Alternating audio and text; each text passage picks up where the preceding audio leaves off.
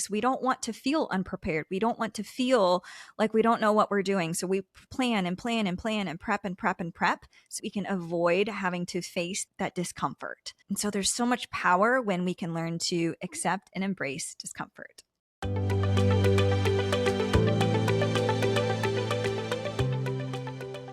Hello and welcome back to the Choosing to Heal podcast. This episode goes out to all of my fellow self-proclaimed perfectionists.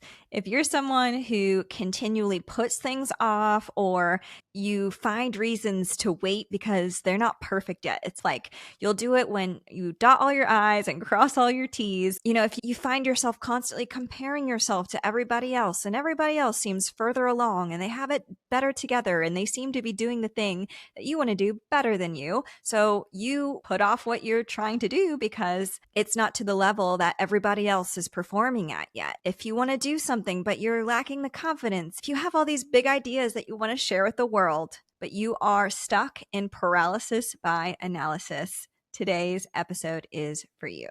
The inspiration for this episode usually always comes from my own personal life experience. I am 100% guilty of doing this so often. It's something that I have to catch myself with. So everything that I'm sharing with you today is not from like a place of like, well, I figured it out and I'm just an expert at doing things messy. I can just wing it and I never struggle with perfectionism.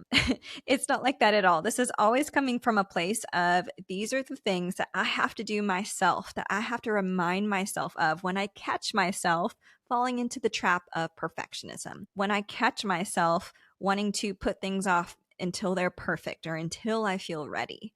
Perfectionism can hold us back in so many ways.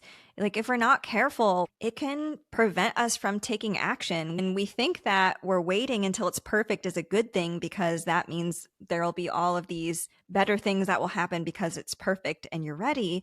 We oftentimes forget what we lose in the process. We forget all of the growth and learning that we experience when we're in the messy middle, when we stumble through the process and we figure it out as we go. There is so much growth that happens in that phase. But if you're a perfectionist, that can be a struggle. And, when you're a perfectionist, you are really good at controlling things. You try to control every little detail and circumstance to have the outcome that you want. And so you can really become quite good at avoiding that messy middle. But in the process, you're avoiding that growth and that potential for healing as well. So if any of this rings a bell, you're going to want to stick around to the end because I do have some tangible tips that will finally help you take action and get out of that paralysis that you were stuck in. So here are some examples of what this can look like. And I'm just going to throw a few out there. Maybe you have a dream business in mind. You have this vision in your head of this thing that you've always wanted to do, but you tell yourself that you'll do it when you have all the details figured out, like when you have your entire business plan written down and all of the foundational prep work, you hire the right people, you buy the right supplies. That's when you'll launch your business. And then months pass, years pass, and guess what? There's still things that need to be done. You're still not launching that dream out into the world because you don't feel ready. It can also look like saying you're going to take the time to start a hobby once life slows down. Well, guess what? We all know life never slows down, right? But it's like that waiting for when you're ready. It's like waiting for when all the stars align, waiting for when I have this perfectly clear schedule where an hour every single day is going to magically appear. And that's when I'm going to make time for reading. That's when I'm going to make time for working out and meal prepping, right? Or I'll start training to run the marathon, or I'll start working out again once I know exactly what my meal plan is going to be. And I know exactly what workouts to do. And I find the right coach. And I know exactly what I'm going to be doing to prepare myself for ultimate success, right? It's like so all or nothing, so black and white. And so that black and white thinking that I'm going to do it all or not at all thinking, that is ding, ding, ding. That is your indicator that likely you are falling into the perfectionist trap. Now, there's nothing wrong with wanting to do something well. And I just want to emphasize that because there's a difference between preparation, right? You don't want to stumble into something blindly with absolutely no plan, no like strategy. I'm not saying that that's what you need to learn how to do. I'm talking about that balance. It's so important to learn the healthy balance. So if you're someone who tends to fall though on the spectrum and the side of like needing everything to be perfect, there's also the flip side of that, which is like not having any plan at all and just like expecting things to go perfectly when you don't prepare at all. So neither one of those are necessarily the best. The magic happens when we learn to find that balance and we learn to accept and embrace a healthy amount of imperfection. We need to learn how to embrace that messy middle, because when you're in that messy middle phase, it can feel like an indicator that you're like doing it wrong or you don't have it figured out yet. But I want to challenge that thinking. And what if that's an indicator that you are exactly where you need to be? And that friction that you're feeling, that is the friction that is required for you to grow. But it can feel uncomfortable. And that's usually why we avoid wanting to be in that place. We don't want to feel unprepared. We don't want to feel like we don't know what we're doing. So we plan and plan and plan and prep and prep and prep so we can avoid having to face that discomfort. And so there's so much power when we can learn to accept and embrace discomfort. So I'll share a personal example. If you're listening to this, you know that I recently started a podcast called Choosing to Heal, which is what you're listening to. And Choosing to Heal has been a dream in the making for over a year. And so for a very long time, I had ideas in my head for all the things that I wanted to do. And in the process, I started following other people who were doing what I wanted to be doing, right? And it's totally normal to go follow people who inspire you, who are chapters ahead of you, steps ahead. It gives us that inspiration that if they can do it, then we can do it too. It's also so great for ideas and being able to draw inspiration from what others are doing so you can put your own spin on it and apply it in your own way. But on the flip side of that, it can also start to become unhealthy because when we follow other people who are steps ahead of us, it can naturally lead to comparison. And when we start to compare ourselves to others who are ahead of us, it can leave us feeling like we're not good enough, that, oh my gosh, everybody else has it figured out. Why aren't I there yet? How do I get there immediately? Where's the shortcut? So it's kind of like a very tricky thing. So anyway, one day I was messaging my best friend and I was telling her about all of my ideas for Choosing to Heal. But I was telling her, man, like, I was following so-and-so and she's doing exactly what I want to do. And like, I feel so far behind. And she responded to me and she goes, it's so funny you say that, Monica, because I've been watching everything that you've been doing with Choosing to Heal so far. And I was literally thinking to myself, man, Monica sure has it all together right now. I feel so behind. So, moral of the story, no matter where you are in your life, in your journey, in your career, in whatever you're doing, you are always going to be steps behind someone else. Someone's always going to be ahead of you. They're always going to be in a chapter ahead of you, a whole book, a whole series ahead of you. But guess what? You're also ahead of other people, and others are steps behind you. And the beauty of this is every aspect of your life is going to be different. So you might be steps ahead of someone else in your career, when in your personal life, maybe you're still struggling with that.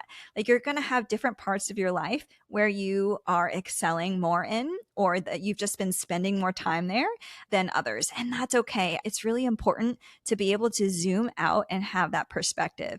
And I thought that was such a great example of how I was feeling so discouraged and so defeated because I was comparing myself to someone else.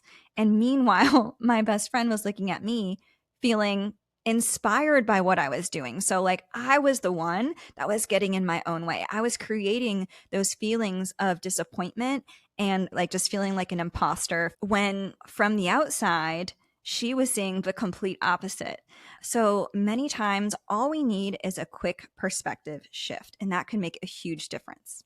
So let's talk about some actionable tips that you can implement if you find yourself falling victim to the perfectionism trap. First thing that you can do is take time to celebrate your wins and not your buts. So what I mean by that is reframing when you catch yourself saying, oh, well, yeah, but I haven't done this. And just like the example I just shared, when my friend complimented me and said, Monica, look at everything that you've done so far and you've created, I responded and I was like, yeah, but I haven't done this and I really want to do that. But like, look at all these areas that I haven't done yet, that I'm not good at yet. Look at all these things that are lacking. when really what I needed to do in that moment, and eventually I got to a place where I could zoom out and be like, okay, she's right. Let me let go of the buts, because we can always find the buts. There's always a but. But I haven't done this. You're always going to be able to find something that you haven't done yet or that you're not good at yet. So, what if rather than focusing on all of that, you shifted your focus to everything you have accomplished and everything that you have done? And I mean every small win. Even the little things, getting out of bed in the morning and brushing your teeth, that's a win. Writing your ideas down on paper, but they're not out in the world yet. I haven't, made money yet. I haven't said it out loud to someone. Yes, but you're taking those baby steps. You're taking action. You listening to this podcast on actionable ways that you can get out of your paralysis is a win. Even if you haven't implemented any of these things that I'm sharing with you, celebrate the fact that you were taking the time out of your day to listen and at least learn and grow. That's a huge win. So many people don't take the time to do that. So that is my first tip for you, is to literally write down every small win. And I don't want you to write down the buts. You're going to have enough of those in your head. You're going to say enough of those out loud. So create a journal that is specifically designated for you to celebrate every win, big or small. The next tip I have for you is to give yourself a deadline and then launch it in whatever state it is in, no matter what. Or maybe it's not a launch, maybe it's doing a thing you've been putting off. Give yourself a date and decide when that date comes, I'm going to do it. Part 2 of this that goes hand in hand is stay accountable to someone else. So once you pick that date, tell someone else so that they can hold you accountable. They can check in and go, hey, remember how you said you were going to do this thing by September 1st? Well, guess what? It's the day before. Like, are you ready to do it? And there is so much data that shows that when you say things out loud to someone else, you are so much more likely to follow through on whatever it is. It's some magic about manifestation or just naming it to claim it. It's so powerful. And that's exactly why I created the Choosing to Heal community. At least a huge part of it was I created a section specifically called progress logs for you to be able to say out loud a goal that you're working on. So the minute that you post it in that space, other people know, okay, this is my SMART goal. Here's all the details. Here's my plan. And I'm going to periodically check in with my progress. And it's such a great way to stay accountable, no matter what it is. Again, whether it's listening consistently to podcasts to improve yourself, whether it's working on a project, whether it is eating healthy, doesn't matter what it is. It can be a huge project or just these small routines that you're trying to implement into your everyday. It's so important to have other people in your life who are able to cheer you on and celebrate those wins along with you. The next tip I have is to temporarily unfollow those who are a step ahead of you until you do whatever it is that you're trying to do. If you are able to follow someone and they're killing it and you're like, yeah, good for them, that inspires me, then you're good. But if you catch yourself feeling icky or yucky, or you start beating yourself up when someone is ahead of you or doing the thing, then that's your sign that maybe it's time to just remove them out of your feed for a little bit. It doesn't have to be forever. You can just mute their account, but that way you're not distracted and you're not creating opportunities for you to feel less than. You're not creating opportunities for comparison, because if that trigger isn't there, if you remove the trigger, it's a lot easier to celebrate your wins, and it's a lot easier to focus on what you're doing and stay in your own lane. The next step is to write down your 3 top priorities and realistic non-negotiables. So like your must-dos that have to happen before you launch. And I said 3. So this is going to mitigate the 101 things you think you have to do before you do the thing. I want you to pick 3. Pick 3 of the things that are going to move the needle in the right direction and that are going to make the most impact. What's also helpful when doing this exercise is making a must-do list and a nice-to-do list, or like a have-to-do and a nice-to-do. The nice-to-do list are all of the things that aren't required for you to do the thing. They're just nice to have. Like, do you really need new running shoes in order to start training for your marathon? No, but they'd be nice to have. Right? So that's going to go in the nice to have column. And I'm going to challenge you. I bet so much of all the things that you think you need to do before you do the thing you don't actually need to do. They're just on your nice to do, your want list, not your necessity list. So write down everything that's in your head, everything that you have to do, and sort them by nice to do and yes, this actually is something required for me to do the thing. Last but not least, I want you to write down the costs, what you're going to lose if you continue to put this thing off. And the reason I want you to do this is because if you're so focused on what you think is going to be better when it's perfect, you're forgetting what you're losing in the process, in the time being. So you think that, oh, well, it's a good thing for me to put this off because it means I have more time to make it better, to make it perfect. And that may be true, but you're not also taking into consideration everything that you are losing, everything that you could be doing by doing it messy, by doing it now, by doing it sooner rather than later. And going back to the very beginning of this episode, growth is a huge one. Just the mere experience of doing it is a huge thing that you are not experiencing by putting it off.